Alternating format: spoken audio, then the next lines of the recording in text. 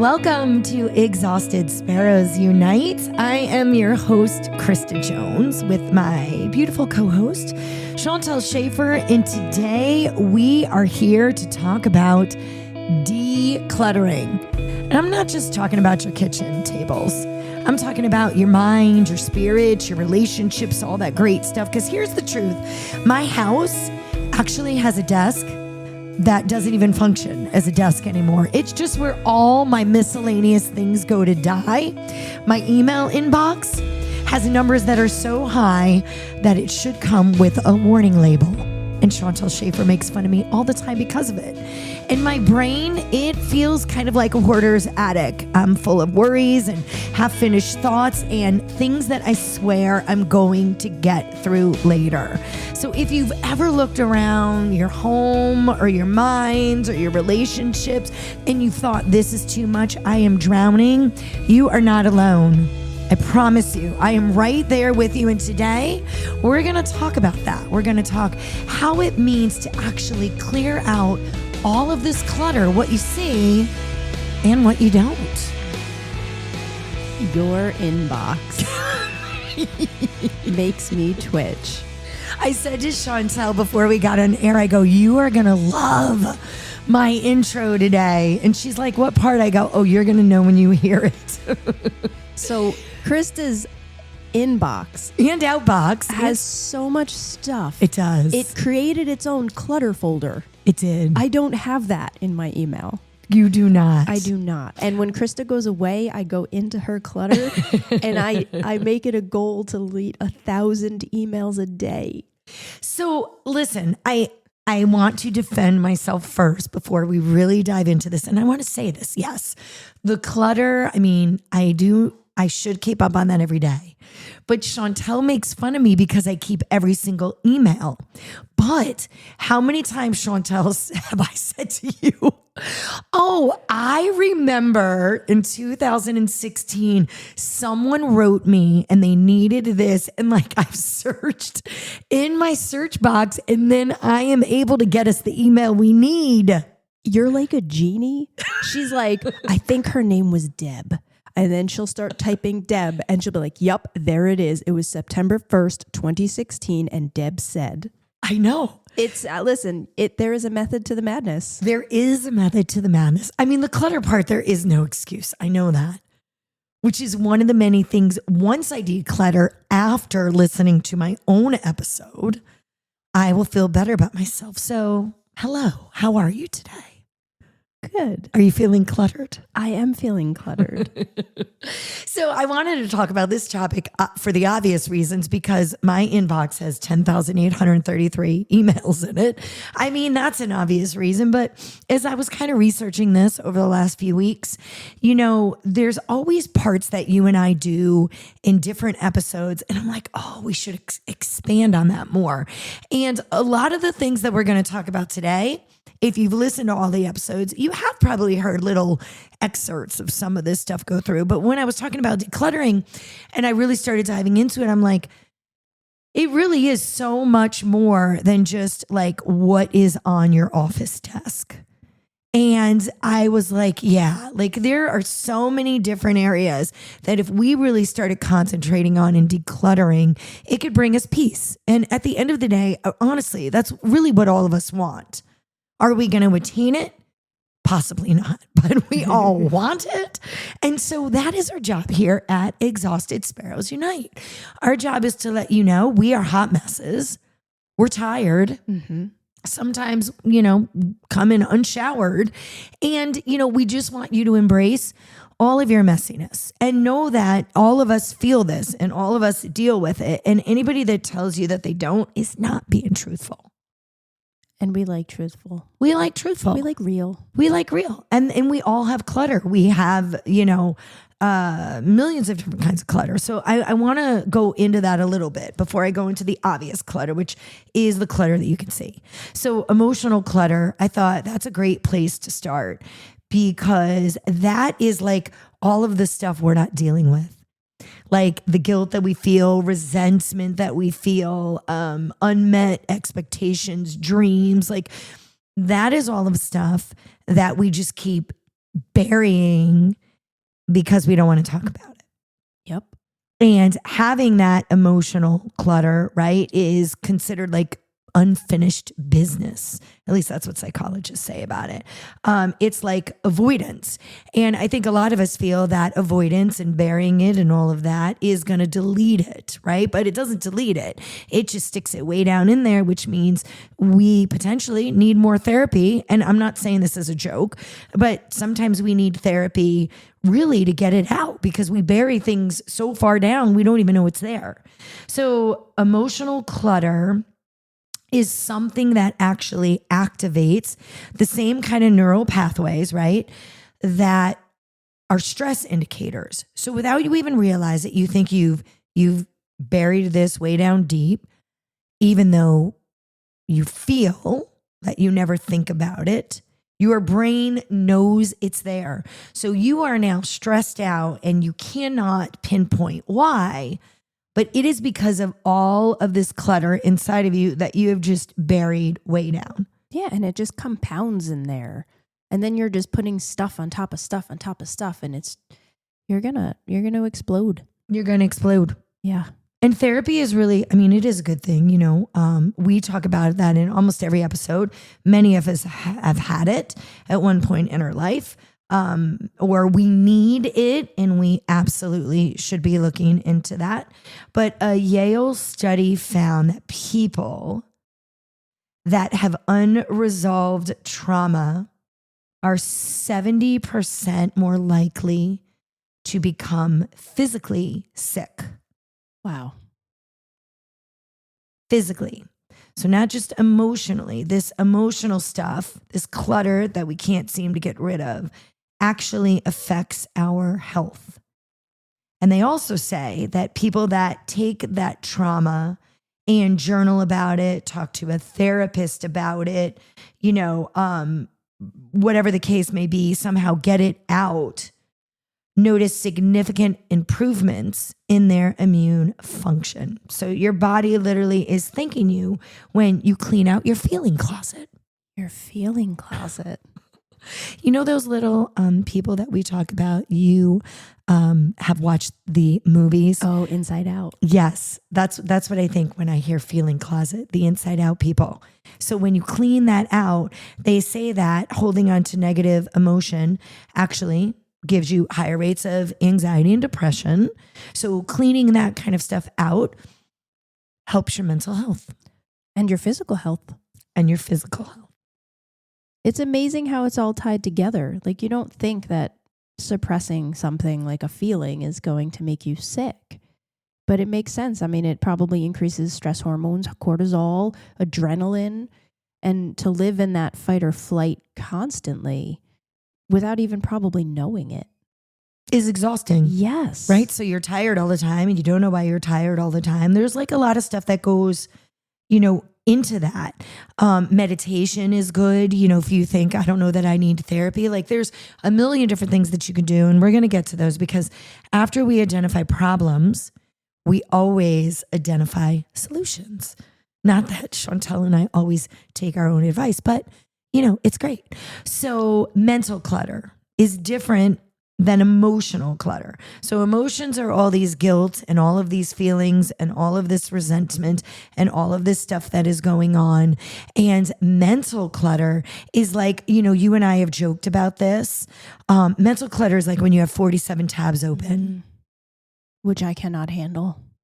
No, but I feel that's how I live. Yeah, and I think as women, it's common. And as working women and mothers, it's probably even more common. And we've done episodes where we've called it, I think, the invisible load. That was one of our episodes, mother guilt. Like we do a lot of episodes that, you know, kind of touch on all of this. And right, especially as a female, there are all these tabs that are open 24 hours a day that, you know, is like you said, you know, and remembering dentist appointments and like all of these silly things that for us give us a lot of different clutter, right? And then that's why we, forget words. Like when we're trying to, like, I'm like, can you hand me you're like, a spoon? I'm like, yes, the spoon. But like that's what that leads to, right? So when I joke, and I know that this is really not a joking thing, this is how I handle my own stress. But when I joke about things like I feel pre-dementia or something going on, it should make you feel better that a lot of this is because there's just too much mental clutter. I actually started going to the doctor a couple months ago because I'm 50-ish. I could be a little bit older, a little bit younger. I'm just saying 50-ish. I started going to the doctor a few months ago because I'm having a lot of trouble with that kind of stuff. And there's tests that they can do to see, is this dementia, pre-dementia? Is this just that you have a lot on your mind? And just in talking to my doctor for like 30, 40 minutes, it was really a relief to hear her say things like, well, Krista, you have to look at all of this that is going on that you have to focus on, which is not giving you the brain capacity for simple things like naming words, filling in sentences. So mental clutter is a big deal. And sometimes people do think they have dementia, they have Alzheimer's. When you're in the middle of menopause, another symptom is you have this mental clutter and your brain with all these tabs open just can't process it. So that is something that we have to deal with. The mental clutter, like what should we hold on to and what can we get rid of? Yeah. So I was reading about something you can do with mental clutter. It's called a brain dump. Have you heard of a brain dump?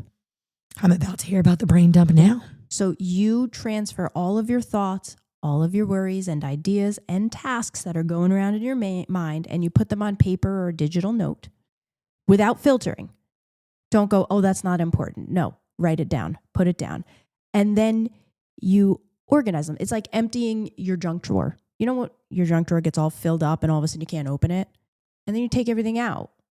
And you organize it and you say, I don't need this anymore. I'm going to throw this away. I don't need these 57 paper clips that have wound up in here. And you organize them. And it just helps free up cognitive space and prioritize what's important. And we all know that I love to check off a list. Exactly. I do. I feel very accomplished checking off a list. So just dump it all out there, you're saying. Dump it all out. Doesn't matter what it is. Doesn't matter. It can be insignificant things that you think are insignificant, but maybe that's the point. Because then you're like, this isn't even significant. Yep. Get rid of it, brain. Yep. And you can't organize what you can't see. Well, especially for me, I think people learn differently. I think we're in the middle of a gala here at Sparrow's Nest. We feed people with cancer, if you're not exactly sure what we do and how we got the name and all of that great stuff. And so we're in the middle of this gala and Chantel and I are doing it right now. We've got all these raffle things coming in and there's all this stuff on paper that people have gotten. And I'm like, Chantel, we have to physically lay it out. I need to see what it looks like. I need to touch it, hold it, feel it, and then let it go. Organize it, let it go. That's how I learn. That's how I process things. So I love that. Right? I don't even have that in my notes. That should be number one. I got you. That should be number one of all the things that we can do. So, all right. So I like that. We do a brain dump when it comes to the mental portion of things. And then we have physical clutter. That's what everybody really thinks clutter is about, right? Yep. The physical stuff. And a lot of times when you think clutter, you think, the bills that are on your desk and all of that stuff, or the junk drawer. But physical clutter is not just that, but it's everything. It's like in every single room, right? It's clothes that you're no longer wearing. There is a woman out there, and I apologize. I did really mean to research this before I got in here too, but she is the one, like, if you don't touch it, use it, wear it, feel it. Marie Kondo. Is that her name? I believe and so. And she gives you a certain amount of days. I mean, seasonally though, Marie, I may not wear my winter jacket for 6 months at a time.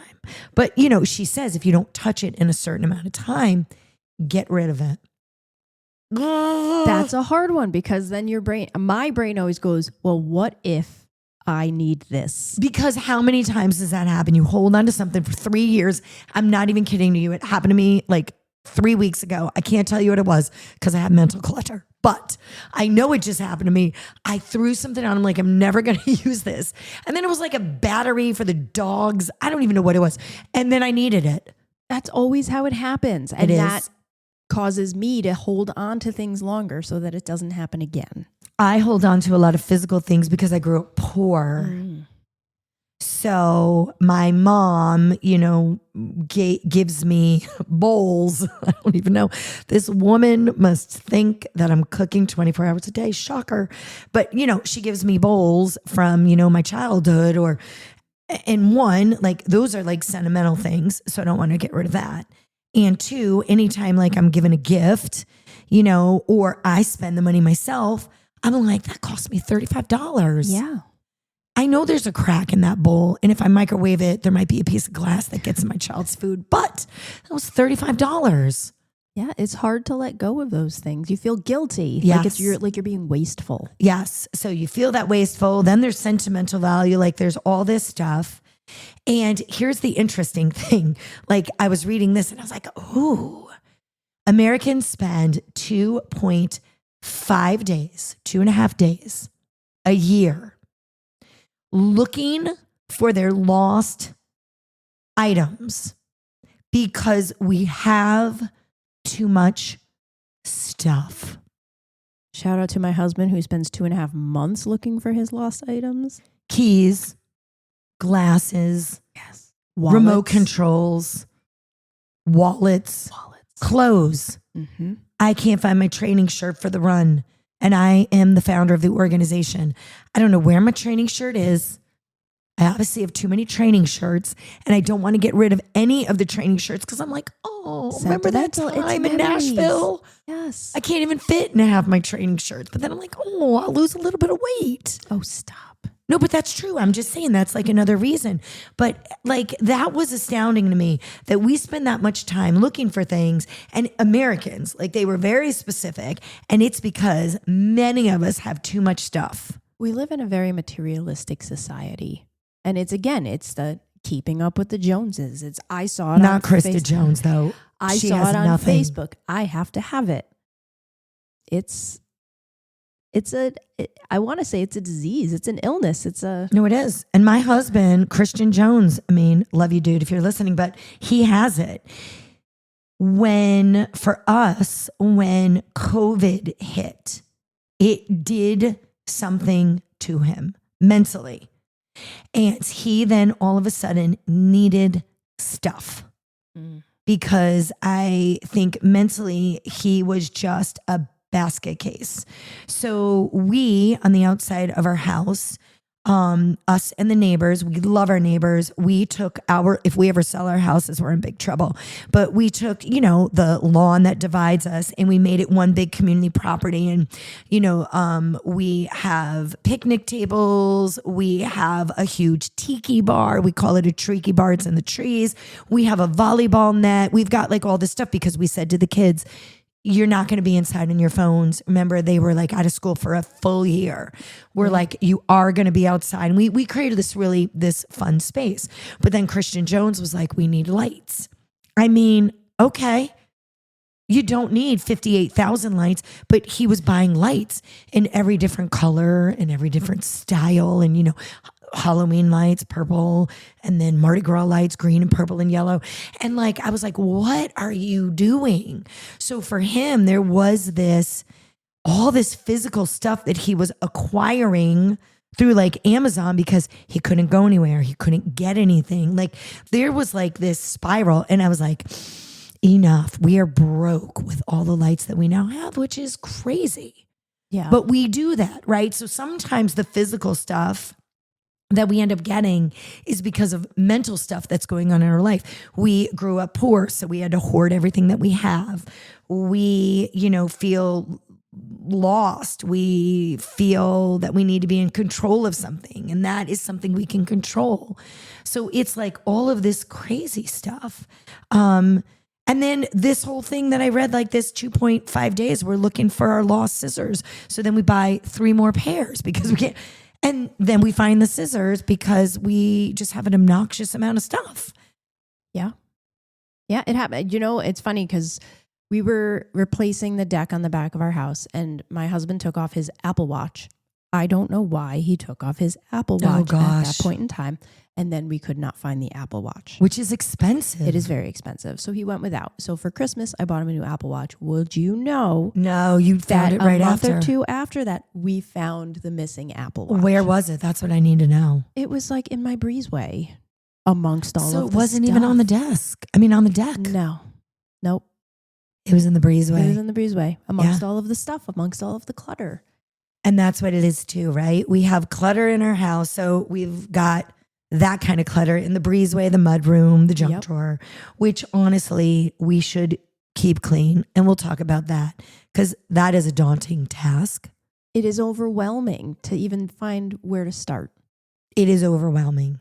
And then I think, and there are homes throughout this world that have absolutely nothing. But I think of this simple life, and I think, just recently, I was looking at this mission trip, that I wanted to do. And I'm afraid to go on a mission because I'm afraid I'm going to start another charity, which I know that's not a bad thing. But there are just so many people without anything. And in watching this documentary and how simple they lived, they're also very joyful because they're not distracted by all the stuff. And that's really what this is. It's a distraction. All the papers on the table, the scissors, all of this stuff is a distraction. And living simply is just so much more peaceful. And I know it is. And so, I'm trying to work on that in my life too. It's all of those drawers, but it's all of the clothes you have. It's the shoes that you have. It's how many baseball caps do you need or training shirts do you need? And it's really trying to let all of that go. I just did something when I was preparing for this. I threw out my old pans, your cookie sheets. Yeah. Like, I know they need to be seasoned, but my husband was like, Krista, these are 25 years old. And I was like, oh. So I went to Sam's Club last week as I was preparing for this. And I finally bought, after like 25 years, because I've had them since we've been married. And I think I brought them from my old apartments into marriage. Yeah. And I bought new pans. Congratulations. Do you have seasoned pans? I do. Like how seasoned? Not that seasoned. I got them from Pampered Chef in the past, 8 or 9 years. Okay. Yeah. Somebody is going to listen to this podcast and say, Krista, that's what you really want is a 25-year-old seasoned pan. I think it depends on the material. Like cast iron, I'd keep forever. Yeah, I don't have cast iron, but my husband was like, this is just grease that is built up that you cannot even scrub off. I was like, all right, fair enough. He's like, we're eating grease from 27 years ago. I'm like, all right, I'll get new pans. So getting rid of this physical clutter, it is the easiest to identify. And I think the hardest to get rid of though, right? The self-storage industry is worth $44 billion a year in the United States. We are paying rent for our clutter. It is filled with people's clutter. I can't believe just in our small area how many self-storage places have gone up in the past 2 or 3 years. And we have another one going up. Did you see that on 82? If you go down 82 towards Route 9, you got to see this like obnoxious. I'm like, I can't even believe there's a need for it. And this is even scarier. According to the National Association of Professional Organizers, 80% of the things that we keep, we either use less than 3% of the time or 0% of the time. 80% of what we have, we use 3% or less. 80%, Chantel. That's a lot of stuff. This is what we need to do. We are recording this amazing episode over Labor Day weekend. Chantel, over Labor Day weekend, we need to get rid of 50% of the stuff in our house. Let's go. Who is taking my garbage? Because that's a lot. It is. I could let you use one of the trucks here and you could bring it to the garbage place. That's another thing though. I feel guilty over that. Where does that stuff go? That's a podcast in itself, and what we're reusing and recycling. And we can't even get into that. Just write a note that we have to talk about that as well. But 80% of what we're using. So I feel like, all right, if I got rid of 50% of my house, I would be pretty peaceful. No? I don't know. I mean, you could do it though. Think if you really were to think this through, 50% of that house you don't use. What? I have a very small house. So this should I'm be gonna put easy that out for there. you. It should be, but maybe it means I have less stuff. Let's take pictures. Then we can put it up on our Facebook podcast group that we never use and need to start using as well. I'll show you my yarn clutter.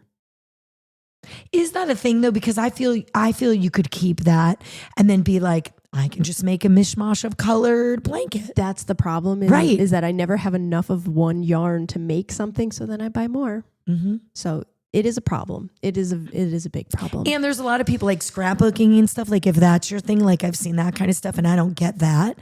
But I have a clutter problem, if we want to call it that, with toilet paper and paper towels and all of that now because of COVID. Like, honestly, I have to have like 2 industrial family packs with like 3 of us living in the house at all times. And then Christian will tease me and go, ooh, you just dug into one of the 2 packs. And then like he thinks it's funny. And then I'm out at Sam's Club buying a whole new pack. It's bad. See that I went through the Lysol wipes because you couldn't get them. Yeah. And it made me panic. I never had an issue finding. You had toilet paper? Oh, we were not friends then. If we were good enough friends, it would have been like, I need some. Yeah, I order from Grove. I have a subscription. I don't even know what this means. It's bamboo toilet paper. Very sustainable. Okay, so we are going to do a podcast on good things for the earth. There we go. And we are going to do a podcast, I think, on all these cool, fun software apps, all these different apps that can make our life more efficient. There we go. Like, I don't know what you're talking about with Group. What is that? Grove. Oh, Grove. I don't understand. Well, we'll talk about it in that podcast. I think we will. I think this is going to be good. So I saw this meme and I was like, ouch. And the meme said, my clutter isn't hurting anyone unless you count myself. Oof. Because really that's all that your clutter is hurting is yourself, right? Your emotional clutter, everything that you've buried, your mental clutter, the 500 tabs that are open, your physical clutter, you're looking at it every single day and you might not be cognizant of it, but you are looking at clutter. You're walking into clutter. I say this in a couple podcasts because I do talk about the fact that I have attention deficit disorder, and any clutter completely messes up my day. It really does. I don't get as much done when, even if I'm not recognizing the clutter's there, somewhere in my subconscious, it knows, and my day is definitely not as efficient. Well, it's distracting. Yeah. You know, something catches your eye and then you're moving on to the next Shiny thing. people. Yeah. It's like Squirrel. That's what it is. All right. Relational clutter. We've talked about this in a couple podcasts. But honestly, it is like the emotional junk drawer of your connections. It's like friendships that you've outgrown, but you keep. It's toxic people, family members, friends, coworkers, passive aggressive stuff. It's all of that stuff. That is a big deal, right? We a lot of times don't let go of that because of guilt, especially if it's like family and stuff, you know? And it shows up everywhere, right? It creates more mess in relationships in our life that are important. So holding on to all of that ick and all of that toxicness is actually, it causes problems in our marriage, and it causes problems in how we deal with our children, because somewhere else in our life, we've got these relationships that we really shouldn't be holding on to. We really need to let go. And for me, this is probably the hardest area to address. Letting go of a relationship is tough, especially somebody that might have been with you for your life. Sure. But, you know, what I think brings me peace as I'm getting older, and Chantel, like I was in that place too. You know, I have 10 years on you. I feel that I was absolutely like that. But then I realized as I got older that relationships aren't always, some are really supposed to be there for a season. And it may be a really long season. Like it could be, a 30-year friendship. But, as you grow, other people may not, or you may grow different ways. And it has to be okay. The relationship can absolutely serve a purpose.